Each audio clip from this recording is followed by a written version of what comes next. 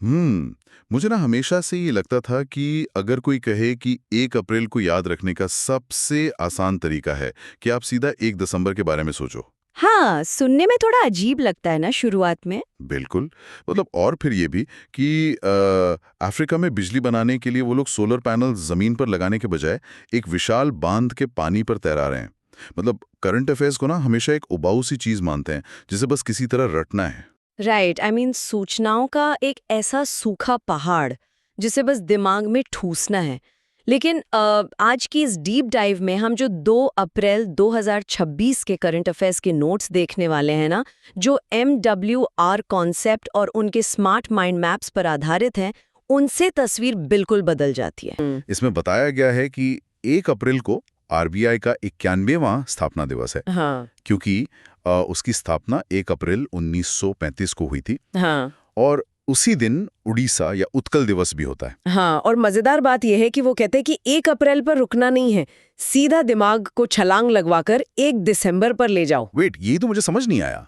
1 दिसंबर क्यों? क्योंकि 1 दिसंबर को वर्ल्ड एड्स डे होता है, फिर BSF का स्थापना दिवस भी है और नागालैंड का भी फाउंडेशन डे है। अब आप सोचोगे कि इन महीनों को ऐसे क्यों जोड़ना है, इसके पीछे क्या साइंस है? हाँ, मतलब मेरा सवाल यही था कि ऐसा क्यों करना, ये तो और कंफ्यूजिंग नहीं हो जाएगा? नहीं नहीं, बिल्कुल नहीं। दरअसल ये हमारे दिमाग के काम करने के तरीके से जुड़ा है। हमारा जो इंसानी दिमाग है ना, वो आइसोलेटेड फैक्ट्स को, मतलब अगर कोई जानकारी अकेली पड़ी है तो उसे बहुत जल्दी डिलीट कर देता है। अच्छा, तो मतलब अगर मैं सिर्फ 1 अप्रैल रटूं तो वो गायब हो जाएगा? एग्जैक्टली अगर आप सिर्फ 1 अप्रैल को एक बॉक्स में रखकर याद करोगे तो कॉग्निटिव ओवरलोड की वजह से वो कुछ ही दिनों में साफ हो जाएगा। लेकिन जब आप एक एंकर बना लेते हो तो दिमाग में एक प्रॉपर न्यूरल नेटवर्क बन जाता है। ओहो, अब समझ आया। मतलब ये कुछ कुछ वैसा है जैसे किसी बड़े शहर का ट्रैफिक सिस्टम होता है। अगर एक मेन रोड बंद भी हो जाए तो आप किसी दूसरी गली या चौराहे से होते हुए अपनी मंजिल तक पहुंच ही जाते हो। क्या बात है, बहुत बढ़िया एनालॉजी है ये। हाँ, अगर दिमाग 1 अप्रैल भूल भी रहा है तो 1 दिसंबर का याद आना उसे वापस उसी जानकारी तक खींच लाएगा। इसे ही स्मार्ट सिंथेसिस कहते हैं, रटने के बजाय। तो समय की सॉलिड नींव के बाद अब थोड़ा भौतिक दुनिया की तरफ चलते हैं। नोट्स में ना एक बहुत बड़ा मेगा माइंड मैप है जो सिर्फ एक राज्य पर फोकस करता है, और वो है गुजरात। हाँ, और यहाँ से चीजें सच में बहुत दिलचस्प हो जाती हैं। सच में, मतलब गुजरात को हमेशा से हमने व्यापार या कपास की खेती के लिए जाना है, लेकिन जो आंकड़े यहाँ हैं वो कुछ और ही कहानी बता रहे हैं। एक तरफ सानंद में प्रधानमंत्री ने एक नए सेमीकंडक्टर प्लांट का उद्घाटन किया है, और दूसरी तरफ 33 साल बाद राज्य को टाइगर स्टेट का दर्जा मिल गया है। ये एक बहुत बड़ा अचीवमेंट है अपने आप में। राइट, लेकिन ये थोड़ा विरोधाभासी नहीं है? मतलब एक तरफ आप सिलिकॉन चिप्स की भारी इंडस्ट्री लगा रहे हो और दूसरी तरफ आप बागों को बचा रहे हो, पर्यावरण सुधार रहे हो। हाँ, पहली नजर में ये कॉन्ट्रडिक्शन लगता है, क्योंकि इतिहास तो यही कहता है कि जब भी इंडस्ट्रियलाइजेशन होता है तो प्रकृति को नुकसान होता ही है। लेकिन 21वीं सदी का जो इकोनॉमिक्स है वो बदल चुका है। कैसे बदल चुका? देखिए, सेमीकंडक्टर आज की दुनिया का नया तेल है। आपकी छोटी सी स्मार्ट वॉच हो या बड़े लड़ाकू विमान हो, सब कुछ इन चिप्स पर चलता है। साणंद का प्लांट एक तरह से हमारी तकनीकी आज़ादी का प्रतीक है, लेकिन इसके साथ ही टाइगर स्टेट का दर्जा पाना और वो जो लेक एंड एयर वॉच पहल है ना, एयर क्वालिटी मापने के लिए, हाँ, मैंने पढ़ा था उसके बारे में। तो वो दिखाता है कि उन्हें पता है कि अनियंत्रित विकास बहुत खतरनाक हो सकता है। वो बैलेंस बनाकर चल रहे हैं। बैलेंस तो काफी कड़ा है, और नोट्स में गिर नेशनल पार्क के साथ साथ मरीन नेशनल पार्क का भी जिक्र है, और नल सरोवर थोल जैसी झीलों का भी। एक और बहुत इंप्रेसिव डेटा था कि रिन्यूएबल एनर्जी में उनकी हिस्सेदारी अब 16.5% हो गई है। एग्जैक्टली यही तो असली फ्यूचर है। इंडस्ट्री तो बढ़ानी है, लेकिन एनवायरनमेंट की कीमत पर नहीं, बल्कि उसके साथ कदम मिलाकर। और यार, इसी बीच एग्रीकल्चर में भी तो कितना बड़ा शिफ्ट आया है। नोट्स में एक अलर्ट था कि गुजरात, जो हमेशा से कपास यानी कॉटन में नंबर 1 था, अब वो महाराष्ट्र के बाद 2nd नंबर पर आ गया है। हालांकि मूंगफली, तंबाकू और जीरा में वो अभी भी टॉप पर है। हाँ, ये आंकड़ा बहुत कुछ कहता है। ये कोई रातों रात होने वाली चीज नहीं है। ये सीधा सीधा क्लाइमेट चेंज और मिट्टी की क्वालिटी से जुड़ा है। मतलब किसान अब मजबूरी में पैटर्न बदल रहे हैं मौसम की वजह से। बिल्कुल, जब मौसम का मिजाज बदलता है तो किसानों को नई चीजें अपनानी ही पड़ती हैं। और इसी के रिस्पॉन्स में आपने देखा होगा, नोट्स में लिखा है कि 500 गांवों में नेचुरल फार्मिंग शुरू की गई है। ओहो, अच्छा, तो ये सब कनेक्टेड है, रसायनों को कम करने और मिट्टी को वापस जिंदा करने की कोशिश। बिल्कुल, और सिर्फ इतना ही नहीं, पॉलिसी लेवल पे भी तो बहुत कुछ हो रहा है। गुजरात यूसीसी यानी समान नागरिक संहिता बिल 2026 पास करने वाला देश का दूसरा राज्य बन गया है। हाँ, और इनोवेशन के लिए हर स्टार्ट 5.0 लॉन्च हुआ है। जानवरों के लिए भी वो मुंह पका खुरपका रोग यानी FMD का टीकाकरण चल रहा है। राइट। और एक बहुत ही इंटरेस्टिंग चीज साइंस के फील्ड में हुई है। पहले साउंडिंग रॉकेट का successful test. Wait, sounding rocket क्या होता है? ये कोई आम सैटेलाइट भेजने वाला रॉकेट तो नहीं है ना? नहीं नहीं, ये वो भारी भरकम रॉकेट नहीं है। साउंडिंग रॉकेट थोड़े अलग होते हैं। ये बेसिकली वायुमंडल के ऊपरी हिस्से की स्टडी करने के लिए होते हैं। इनसे मौसम का बहुत ही सटीक डेटा मिलता है और साइंटिफिक टेस्ट होते हैं। ये दिखाता है कि राज्य सिर्फ इंडस्ट्री में नहीं बल्कि रिसर्च में भी बहुत आगे जा रहा है। अमेजिंग। और हाँ, लोकल कल्चर को प्रमोट करने के लिए 2 चीजों को GI टैग भी मिला है। एक तो कच्ची खारेक, जो कि एक तरह का खजूर है, और दूसरा अमलात चीको। जी, तो आप देखो, मुख्यमंत्री भूपेंद्र भाई पटेल और राज्यपाल आचार्य देवव्रत के अंडर ये पूरा एक बहुत ही होलिस्टिक डेवलपमेंट का मॉडल बन रहा है। सच में। तो अब इस स्टेट लेवल से थोड़ा बाहर निकलते हैं और पूरे देश की पिक्चर देखते हैं। भारत के प्रथम या इंडियाज फर्स्ट की जो लिस्ट है, उसमें भी मुझे यही डबल अपग्रेड वाला पैटर्न दिखा। बिल्कुल, देश का ढांचा ही पूरी तरह बदल रहा है। अब आप लिस्ट देखो तो समझ आता है कि अलग अलग सेक्टर्स में क्या अचीवमेंट्स हो रहे हैं। हाँ, जैसे एक तरफ केरल का वर्कला शहर है, जिसे UN की टुवर्ड्स जीरो वेस्ट सिटी पहल में शामिल किया गया है, भारत का पहला ऐसा शहर। और एडमिनिस्ट्रेशन में देखें तो मुंबई में अश्विनी भिड़े BMC की पहली महिला कमिश्नर बनी है। और ये तो सिर्फ सोशल और एडमिनिस्ट्रेटिव बदलाव हैं। टेक्नोलॉजी और डिफेंस में तो और भी बड़े काम हो रहे हैं। राइट, जैसे अमरावती में भारत का पहला क्वांटम कंप्यूटर लॉन्च हुआ है, और अंडमान निकोबार में द्वीप शक्ति अभ्यास नाम की एक जॉइंट मिलिट्री एक्सरसाइज हुई है। ये देखकर ऐसा लगता है ना जैसे हम अपने देश का सॉफ्टवेयर मतलब समाज और पर्यावरण, और हार्डवेयर मतलब तकनीक और रक्षा, दोनों एक साथ अपग्रेड कर रहे हैं। बहुत ही बेहतरीन तरीके से आपने इसे समराइज किया। और ये क्वांटम कंप्यूटर वाली बात ना सुनने में किसी साई-फाई मूवी जैसी लगती है, लेकिन ये सच में डेटा प्रोसेसिंग का सबसे बड़ा हथियार है। कैसे? मतलब आम कंप्यूटर से ये कितना अलग है? बहुत अलग। जो नॉर्मल कंप्यूटर्स होते हैं वो डेटा को या तो 0 या 1 के फॉर्म में समझते हैं, लेकिन क्वांटम कंप्यूटर डेटा को एक साथ कई स्टेट्स में प्रोसेस कर सकता है। मतलब जो कैलकुलेशन करने में आज के सबसे फास्ट सुपर कंप्यूटर को हजारों साल लग जाएंगे, क्वांटम कंप्यूटर उसे बस कुछ ही सेकंड्स में सॉल्व कर देगा। Mind blowing. मतलब इससे तो सब कुछ बदल जाएगा, मेडिसिन से लेकर सिक्योरिटी तक। एग्जैक्टली।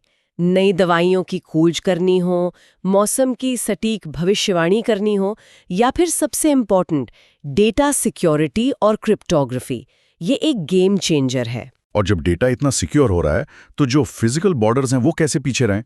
अंडमान में जो द्वीप शक्ति अभ्यास हुआ है वो भी इसी फिजिकल सिक्योरिटी का हिस्सा लगता है। बिल्कुल। अंडमान और निकोबार की जो लोकेशन है ना हिंद महासागर में, वो सामरिक रूप से बहुत क्रिटिकल है।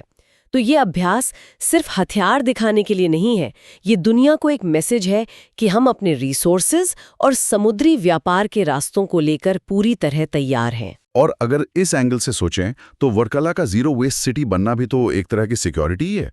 मतलब कचरा प्रबंधन और संसाधनों को बचाना, ये फ्यूचर जनरेशन के लिए एनवायरनमेंट सिक्योर करना ही तो है। हाँ, ये भी एक बहुत अच्छा नजरिया है इसे देखने का। फ्यूचर प्रूफिंग हो रही है हर लेवल पर। लेकिन इन सब चीजों के लिए, चाहे क्वांटम कंप्यूटर हो या जीरो वेस्ट सिटी, एक चीज तो सबसे ज्यादा चाहिए, पैसा, कैपिटल। बिल्कुल, बिना पैसे के तो कुछ नहीं हो सकता। और ये पैसा आता है बैंकिंग सेक्टर से। नोट्स का अगला हिस्सा इसी पर है, और ये बता रहा है कि बैंकों के काम करने का तरीका पूरी तरह से बदल रहा है। यस बैंक ने SAP global corporate sustainability assessment में टॉप रैंक हासिल किया है। ये उनकी ESG यानी पर्यावरण, सामाजिक और शासन लीडरशिप को दिखाता है। हाँ, ट्रेडिशनल बैंकिंग तो अब धीरे धीरे खत्म हो रही है। अब बैंक सिर्फ पैसे जमा करने या लोन देने की जगह नहीं बचे हैं। वही तो, SBI ने महिलाओं के लिए $500 मिलियन का सोशल लोन शुरू किया है, और अग्निवीरों के लिए 4 लाख रुपए का बिना गारंटी वाला लोन। बैंक ऑफ बड़ौदा ने तो ग्रीन इंफ्रा बॉन्ड के जरिए 10,000 करोड़ रुपए जुटा लिए हैं। 10,000 करोड़ एक बहुत बड़ा अमाउंट है, और इसके पीछे की स्ट्रैटेजी भी बहुत सॉलिड है। इसके अलावा PNB ने सोल्जर थॉन 2026 शुरू किया है, नई दिल्ली में एक स्टार्टअप ब्रांच खोली है, और बैंक.in डोमेन रजिस्टर करने वाला पहला PSU बन गया है। और टेक के मामले में एचडीएफसी ने माई बिजनेस क्यूआर लॉन्च किया। और वो डीबीएस और वीजा वाला एआई पेमेंट सिस्टम भी तो है। हाँ, एआई बेस्ड एजेंटिक पेमेंट्स। लेकिन यहाँ मुझे एक डाउट आ रहा है। बताइए क्या डाउट है। ये जितने भी भारी भरकम शब्द हैं, green infra bond, social loan, sustainability, सुनने में बहुत अच्छे लगते हैं, लेकिन बैंक कोई एनजीओ तो है नहीं, वो तो प्रॉफिट के लिए काम करते हैं। क्या ये सच में कोई सोशल चेंज है या सिर्फ कॉर्पोरेट पीआर और अपनी इमेज चमकाने का एक तरीका? आपका ये सोचना बहुत लाजमी है, लेकिन सच बताऊं तो इसकी असलियत पीआर से बहुत आगे और थोड़ी कड़वी भी है। आज की जो ग्लोबल इकोनॉमी है ना, उसमें ईएसजी सिर्फ एक दिखावा नहीं है, ये एक बहुत ही कड़ा और जरूरी पैरामीटर बन गया है। मतलब अगर वो ये नहीं करेंगे तो उन्हें नुकसान होगा? बिल्कुल। बड़े बड़े ग्लोबल इन्वेस्टर्स अब ये समझ चुके हैं कि क्लाइमेट चेंज कोई चैरिटी का टॉपिक नहीं है, ये दुनिया का सबसे बड़ा फाइनेंशियल रिस्क है। अगर कोई कंपनी आज कार्बन एमिशन कम नहीं कर रही, तो कल को जब गवर्नमेंट के सख्त रूल्स आएंगे तो उन पर करोड़ों का फाइन लगेगा। ओहो, अच्छा, तो ये सब अपने पैसे को सेफ रखने का तरीका है? एग्जैक्टली। अगर कोई बैंक महिलाओं या युवाओं को इकोनॉमी से नहीं जोड़ रहा, तो फ्यूचर में उनका मार्केट खुद ही छोटा हो जाएगा। तो जब बैंक ऑफ बड़ौदा 10,000 करोड़ का ग्रीन बॉन्ड लाता है, तो वो उन इन्वेस्टर्स को अट्रैक्ट कर रहा है जो फ्यूचर के सेफ प्रोजेक्ट्स में पैसा लगाना चाहते हैं। ये परोपकार नहीं है, ये अपने बिजनेस को बचाने का प्योर इकोनॉमिक्स है। वाओ, मतलब सब कुछ कैलकुलेटेड है। और टेक वाले मोर्चे पर जो डीबीएस और वीजा का एजेंटिक पेमेंट है, वो भी फ्यूचर के लिए रेडी होने का ही स्टेप है। एजेंटिक का मतलब ही यह है कि कोई इंसान नहीं बल्कि एक एआई एजेंट खुद फैसले लेगा। मान लीजिए मुझे सप्लायर को पेमेंट करना है, तो एआई खुद तय करेगा कि सबसे सेफ और फास्ट तरीका कौन सा है। हाँ, ये इंसानी गलतियों को हटाने और बैंकिंग को सुपर फास्ट बनाने का अगला लेवल है। अब अगर हम पर्यावरण और इनोवेशन की बात भारत से बाहर निकल कर करें, तो ये नोट्स हमें सीधा अफ्रीका ले जाते हैं। और वहाँ की एक न्यूज़ तो सच में बहुत अजीब लेकिन ब्रिलियंट है। अब करीबा डैम की बात कर रहे हैं ना? हाँ, जिम्बाब्वे और जाम्बिया के बॉर्डर पर जाम्बेजी नदी है और उस पर करीबा बांध है। वहाँ 500 मेगावाट का फ्लोटिंग सोलर प्रोजेक्ट शुरू हुआ है, मतलब पानी के ऊपर तैरते हुए सोलर पैनल। अफ्रीका ना इस वक्त क्लाइमेट और हेल्थ दोनों जगह बहुत ही कमाल के एक्सपेरिमेंट्स कर रहा है। बिल्कुल। नोट्स में कुछ जनरल नॉलेज भी था कि जिम्बाब्वे की राजधानी हरारे है, उनकी नई करेंसी का नाम जिम्बाब्वे गोल्ड या जिग है, और प्रेसिडेंट एमरसन मंगांगवा हैं। इसके अलावा हेल्थ में उन्होंने एचआईवी के लिए लेना कैपावर नाम का एक नया इंजेक्शन भी लॉन्च किया है। लेना कैपावर सच में वहां के पब्लिक हेल्थ के लिए एक बहुत बड़ी उम्मीद है। लेकिन मैं वापस उस सोलर प्लांट पर आना चाहूंगा। मतलब पानी के ऊपर क्यों? जमीन पर पैनल लगाना तो हमेशा से सस्ता और आसान होता है ना। पानी पर इतने भारी स्ट्रक्चर को तैराना, उसका मेंटेनेंस करना, ये तो बहुत मुश्किल होगा। इसके पीछे का लॉजिक क्या है? देखिए, यही तो साइंस और जरूरत का परफेक्ट कॉम्बिनेशन है। अफ्रीका के उस हिस्से में सूरज की रोशनी तो भरपूर है, लेकिन पानी बहुत कीमती है। जब आप डैम के इतने बड़े पानी के सरफेस पर सोलर पैनल बिछा देते हो, तो इसके दो बहुत बड़े फायदे होते हैं। अच्छा, क्या फायदे हैं? पहला तो ये कि ये पैनल पानी के लिए एक छतरी या अम्ब्रेला का काम करते हैं। वो पानी को सीधी धूप से बचाते हैं, जिससे इवेपोरेशन यानी पानी का भाप बनकर उड़ना बहुत कम हो जाता है। आप सोचिए, एक सूखे इलाके में लाखों लीटर पानी हवा में उड़ने से बचा लेना, ये किसी चमत्कार से कम है क्या? ओह माय गॉड, मैंने तो ये सोचा ही नहीं था। मतलब वो पानी सेव कर रहे हैं बिजली बनाने के साथ साथ। और दूसरा फायदा क्या है? क्या पानी से पैनल को भी कोई फायदा होता है? बिल्कुल होता है। आपको पता होगा कि जब सोलर पैनल बहुत ज्यादा गर्म हो जाते हैं ना, तो उनकी एफिशिएंसी कम हो जाती है, वो कम बिजली बनाते हैं। अब पानी के ठीक ऊपर होने से क्या होता है कि नीचे की ठंडक पैनल का टेम्परेचर कंट्रोल में रखती है। वाओ, मतलब एक प्रॉब्लम दूसरी प्रॉब्लम को सॉल्व कर रही है। पैनल पानी को उड़ने से बचा रहे हैं और पानी पैनल को ठंडा रख रहा है। ब्रिलियंट। हाँ, एग्जैक्टली। और जो लेना कैपाविर इंजेक्शन की हमने बात की, वो भी वहाँ की पूरी पॉपुलेशन को सेव करने का एक बहुत ही रेवोल्यूशनरी कदम है। ये सच में कमाल है कि इंसान मुश्किल वक्त में कितने बेहतरीन सॉल्यूशंस निकाल लेता है। अब हमारी ये चर्चा नोट्स के आखिरी और शायद सबसे इम्पोर्टेंट हिस्से पर पहुंच गई है, सिंथेसिस मैट्रिक्स। हाँ, ये अवार्ड्स और अपॉइंटमेंट्स की एक पूरी मास्टर लिस्ट है। वैसे आमतौर पर ऐसी लंबी लिस्ट पढ़ना बहुत बोरिंग होता है, लेकिन इसे जब मैट्रिक्स की तरह देखा जाता है तो इसका असली मतलब समझ आता है। जैसे लिटरेचर में अरुंधति रॉय को उनकी बायोग्राफी मदर मेरी कम्स टू मी के लिए अमेरिका का नेशनल बुक क्रिटिक्स अवार्ड मिला। और सुधा मूर्ति जी की नई किताब आई है, tides of time, Bharat history through murals in parliament. और अगर आप अवार्ड्स की लिस्ट देखेंगे ना, तो वो इंसानियत के अलग अलग एंगल्स को सेलिब्रेट कर रही है। बिल्कुल, जैसे मैथ्स में गियर्ड फॉल्टिंग्स को एबल प्राइज मिला, स्पोर्ट्स में Sheetal Devi para archer of the year बनी, और वाटर कंजर्वेशन के लिए कावे मदानी को स्टॉकहोम वाटर प्राइज मिला है। अपॉइंटमेंट्स भी काफी इंटरेस्टिंग है इस बार। हाँ, जैसे टेक की दुनिया में किरण मनी को ओपन एआई एशिया पैसिफिक का एमडी बनाया गया है, और एविएशन में विक्रम यादव डीजीसीए के नए चीफ बने हैं। ये सब इतने अलग अलग फील्ड्स हैं ना। लेकिन अगर आप इन नामों को थोड़ा गहराई से एनालाइज करें तो एक बहुत ही क्लियर पैटर्न उभर कर आता है। अब शीतल देवी का ही एग्जाम्पल ले लीजिए। बिना हाथों के तीरंदाजी करना और उसमें वर्ल्ड लेवल पर टॉप पर पहुंचना, ये क्या दिखाता है?